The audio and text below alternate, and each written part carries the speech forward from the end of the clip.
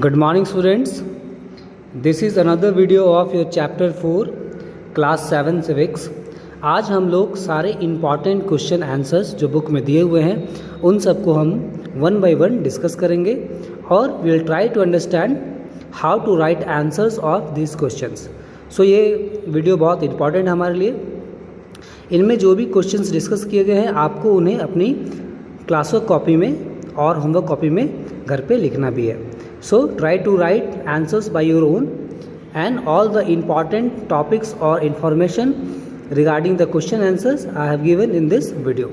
So one by one we are going to discuss all the question answers of this chapter 4.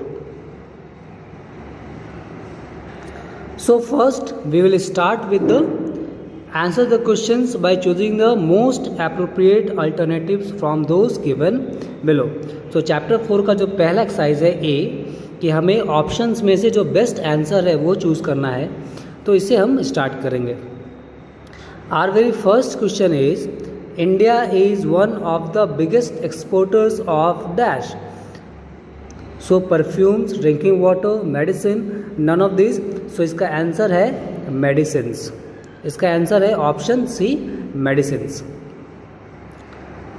Once again I am repeating, India is one of the biggest exporters of medicines.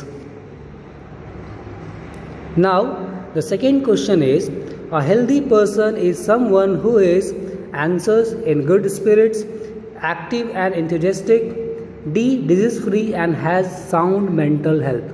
इसका answer क्या होगा? Yes, इसका answer होगा option D, disease free and has sound mental health. Our next question is, public healthcare services include dispensaries and hospitals, bandages, disinfectants, bodybuilding machines. So our answer is option A, dispensaries and hospitals. Next question is, the main aim of the Pulse Polio campaign is to, options are grow more pulses, नहीं ये नहीं हो सकता, pulses की बात ही नहीं हो रही थी. To check the pulse of disease people, बिल्कुल नहीं. इरेडिकेट पोलियो, मतलब पोलियो को हमारी कंट्री से बिल्कुल हटाने के लिए. And D is none of this. So इन चारों ऑप्शन में जो सबसे अच्छा ऑप्शन है वो है ऑप्शन सी. सो हमारा आंसर है to eradicate polio. The main aim of the pulse polio campaign is to eradicate polio. Now last one is, almost 62 million Indian suffers from jaundice, dental cavities, calcium deficiency, D, fluorosis. It has been mentioned in a book that almost 62 million Indians suffer from fluorosis.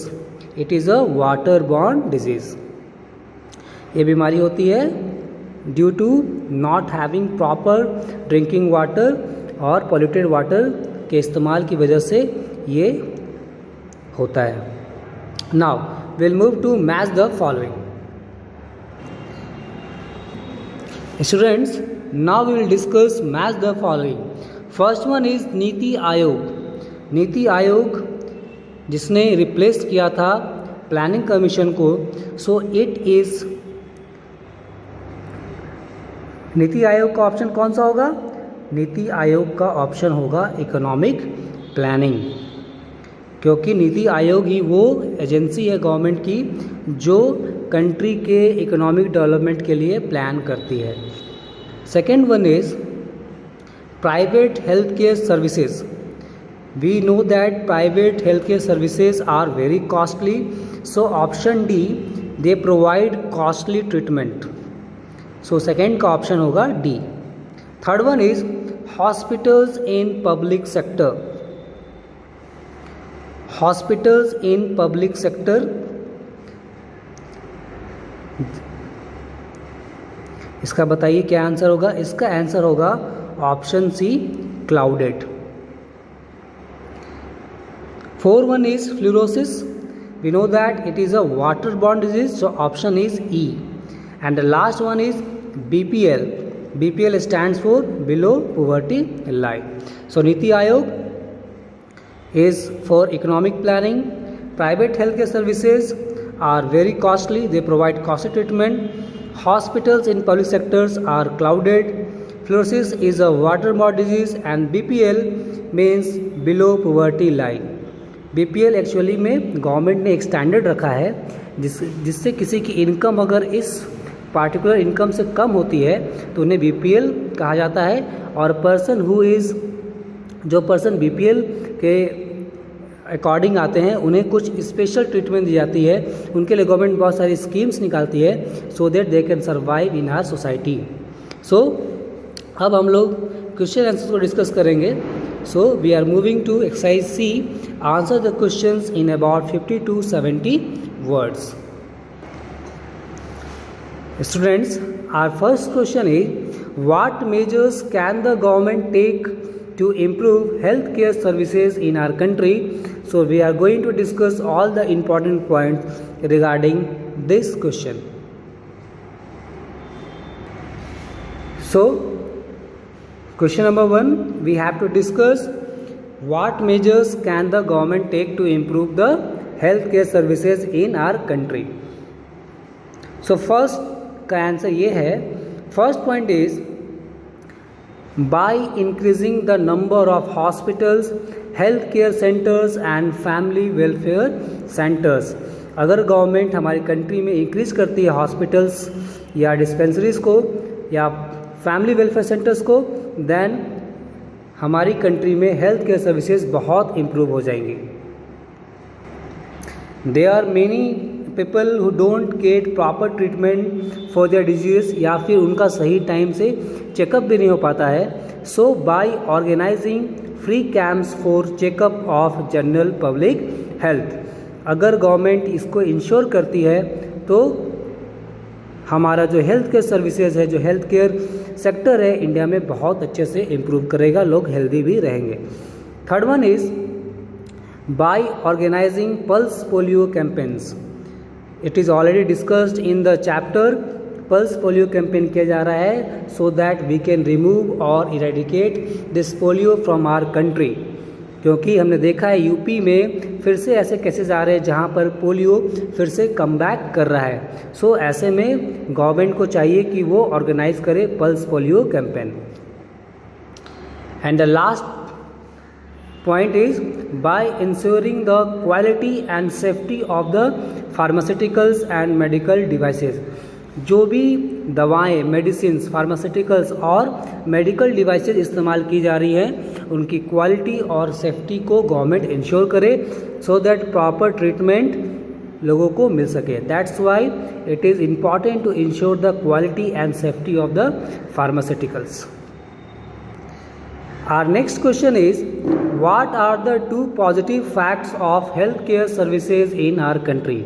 हमारी country में जो health care services है उनके बारे में 2 positive facts, जो advantages या positive चीज़ें बतानी है। So we are going to discuss it.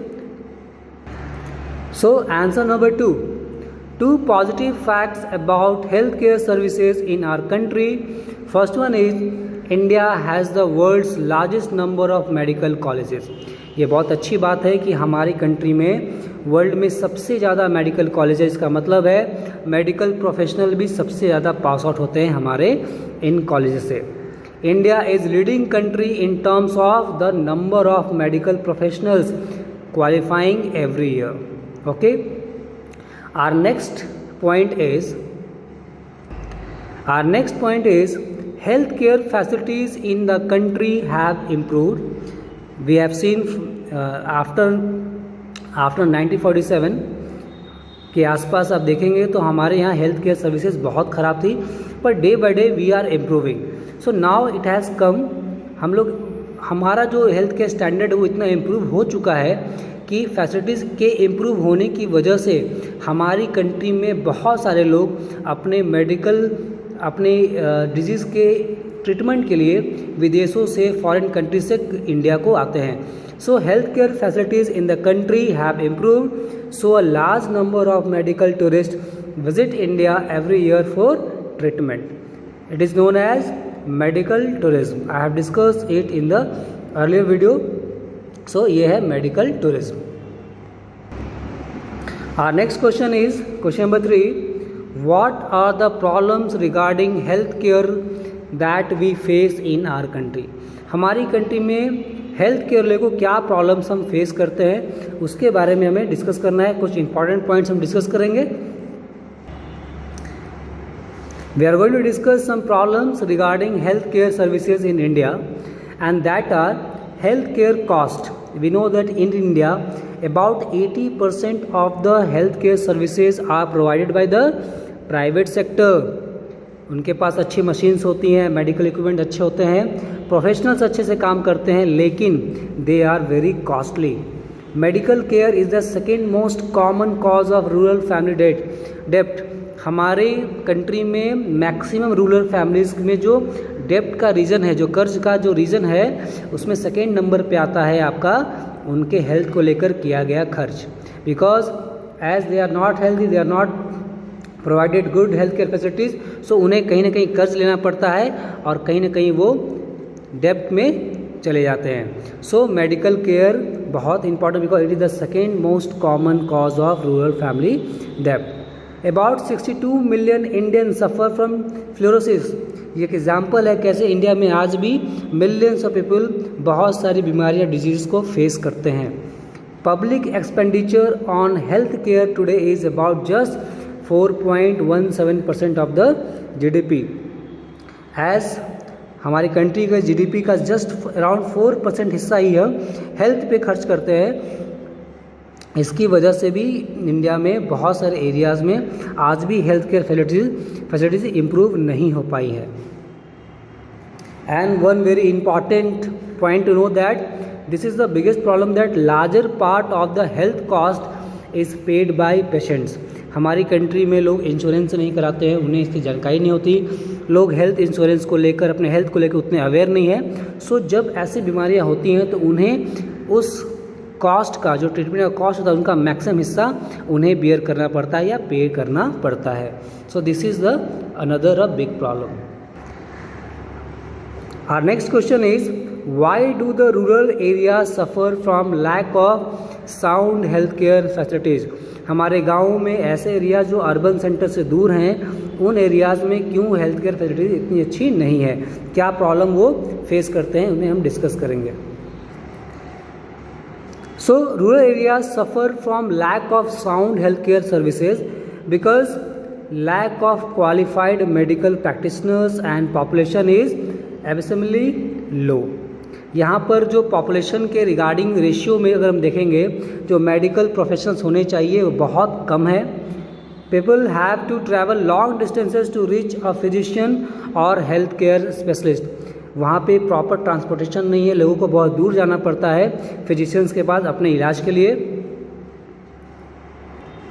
Poor transport and communication facilities cause delay in treatment of patients. बहुत सारे ऐसे एरियाज़ हैं जहाँ पर मोटरेबल रोड्स नहीं है, रेनी सीजन में वो कट ऑफ हो जाते हैं बिल्कुल मेन एरिया से। सो ऐसे एरियाज़ में प्रॉपर ट्रांसपोर्ट और कम्युनिकेशन ना होने की वजह से लोगों को ट्रीटमेंट में काफ़ी डिले हो जाता है और छोटी सी बीमारी भी बहुत फैटल हो जाती है।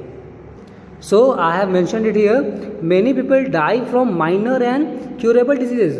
बहुत सारी ऐसी बीमारियां हैं जिनका इलाज है, वो बहुत छोटी बीमारियां हैं, but as there is delay due to not having proper transport and communication and lack of physicians and healthcare facilities as well as infrastructures। So कहीं ना कहीं they don't get proper treatment and timely treatment। So in many cases people die from minor and curable diseases also।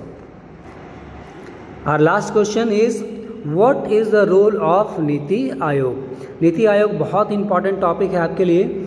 सो नीति आयोग के बारे में हम discuss करेंगे कि what is the role of NITI Aayog and what is NITI Aayog. Students, first thing that you should know that NITI Aayog ने replace किया था प्लानिंग कमीशन को। प्लानिंग कमीशन का वही काम था कंट्री के लिए इकोनॉमिक डेवलपमेंट के लिए प्लान को बनाना और उन्हें इम्प्लीमेंट करना, बट इसे चेंज कर दिया गया। अब इसके प्लेस पे आया है नीति आयोग। इस कमीशन, ये कमीशन जो जिसने रिप्लेस किया प्लानिंग कमीशन को, इसका हेड, इसका चेयरमैन हमेशा प्राइम मिनिस्टर ऑफ इंडिया ही होते हैं। So whenever you are asked who is the chairman of NITI Aayog, you have to answer always the prime minister of India. उस समय उस पोस्ट पे जो भी प्राइम मिनिस्टर होंगे वो इसके चेयरमैन होंगे। So this commission has replaced the planning commission of India. PM, that means Prime Minister, is the chairman of Niti Aayog. NITI stands for National Institution for Transforming India. NITI Aayog का full form है National Institution for Transforming India. This Aayog formulates plans for the country's economic development. Country के economic development के लिए ये plan बनाते हैं और उन्हें इम्प्लीमेंट करने की कोशिश करते हैं। This Aayog formulates a plan for the most effective and balanced utilisation of the country's resources. हमारी कंट्री में जो भी रिसोर्सेज है, ह्यूमन रिसोर्स से लेकर whatever the resources that we have in our country, उनका प्रॉपर यूटिलाइजेशन करने का काम, उसके रिगार्डिंग प्लानिंग बनाने का काम नीति आयोग का होता है। So NITI Aayog plays a very very important role in our country's economic development. Thank you. That's all for the today. Thank you.